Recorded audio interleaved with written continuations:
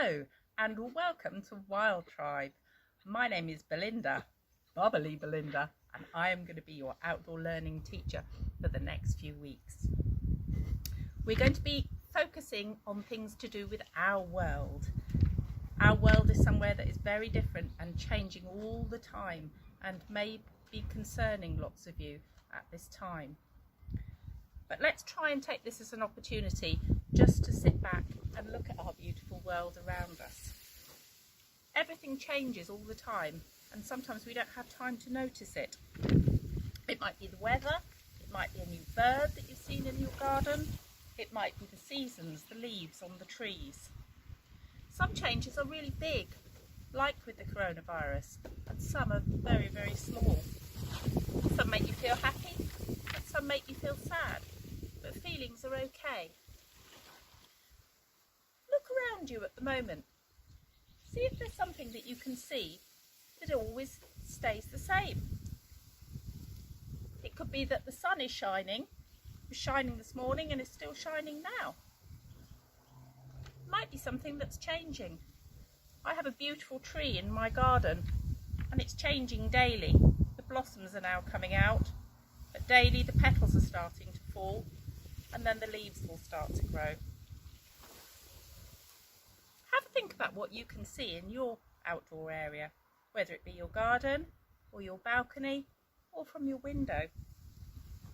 If you want to, you could write it down or draw it or tell somebody about how you're feeling about the changes that are happening around you. Okay, so today we're going to be thinking about designing a range of shelters in lots of different sizes. It might be the shelter the size of a little ant. It might be the shelter for a guinea pig. It might be the shelter for yourself. It doesn't matter whether you have a garden or whether you're building inside. There are shelters for everybody. Shelter is something that's really important to everybody. It's a basic requirement for survival for all living creatures, whether it be mini beasts or up to humans. And basically is a covered place that gives you protection from the weather and from danger. And I'm going to show you some shelters that we can make together. So, hands up if you want to build a den. Who doesn't love building dens? Amazing. You can build the most amazing outdoor or indoor dens with whatever equipment that you've got. I'm going to go through a few resources that you could use to make a den. You can use fallen sticks and branches if you have access to the outside in your garden or perhaps your woodland, or things that you can collect whilst you're on your walk. Perhaps you've got some garden furniture. Chairs make excellent dens by using the backs and propping a sheet or blanket or something over the top of them. Maybe you've got a tent that you could use the frame of to build a new sort of a den, or a climbing frame where it has the frame already and all requires you to put a covering over the top. Tarpaulins, great if you've got a tarpaulin in the garden that you can use as a covering, a waterproof covering for your den. Rope, string, dressing gown cord, anything you can use to tie on, pegs to hold the material onto your den.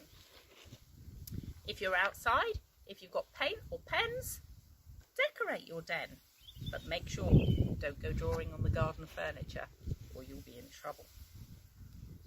If you wanted to add a cosy touch, you could take in blankets and cushions and pillows, perhaps a nice book, a game, or some snacks to enjoy once you've created your den. Maybe even some fairy lights. But do remember, safety. They must be either solar powered or battery powered ones, not using electrics outside. Okay, so if you're indoors, you don't have access to the garden, you can still make the most fantastic camps. If you have a bunk bed or a cabin bed, get the sheets, pull them down to enclose the space to make your own little cosy den. Use a tabletop. Table underneath the table, the top is already the roof. You can drape your sheet or your duvet over the top, crawl in underneath. Perhaps you've got some old cardboard boxes that you could fill up with cushions or prop together to make your den. Or get the broom, the mop, anything in the house that you can use to secure together to make a shape for a den. I'm going to show you now how you can attach sticks, brooms, mops, whatever you've got together to make a basic frame to make a den. Okay, for this I'm going to make a very small one for little Gertie guinea pig here. So I'm going to take 3 sticks and I'm going to show you how to attach them together using a length of string. Okay, I'm going to hold the sticks between my knees and I'm going to use something called a clove hitch. Okay, you hold your string, you make 1 loop, 2 loops. So the first loop the string is going over the top, the second loop the string is going underneath. You put the second loop over the top of the front loop and then you pop them over your sticks and pull, and that creates a secure hitch to keep your frame together. Okay, using the long end you can then lash your sticks together, going under and over, pulling them tightly. Okay, alternate round, under and over. Okay, and when you've finished your lashing you can finish off with a nice secure reef knot. You put the left piece of string over the right one and pull the tail underneath, and then you put the right one over the top of the left one, pull the tail underneath. Okay, you've then created yourself a stable structure that then you could drape some fabric, a pillowcase, jumper, shirt, t-shirt over the top to create yourself a little space for your creature, or on a larger scale for yourself. Okay, so come and have a look at the den. Here you can see that I've just used a couple of chairs, an old sheet with some pegs, added some cushions, ready for you to start your exploring. This can be done outside, or it could be done in the living room, it could be done behind the back of the sofa with a chair, as your first idea on building a den. Okay, and then if we come over here, you can see using that same tripod structure, if you didn't have any sticks, I've used the brooms and the kitchen mop and attached them together, ready for the fabric, tarpaulin, whatever you've got to go over it. This one here is just sticks that I've collected, bamboo from the garden and from my outdoor walk. Just made a little camp there for Mr. Badger. If you wanted to, you could then use sticks and leaves to weave in and out, building up the walls of your den.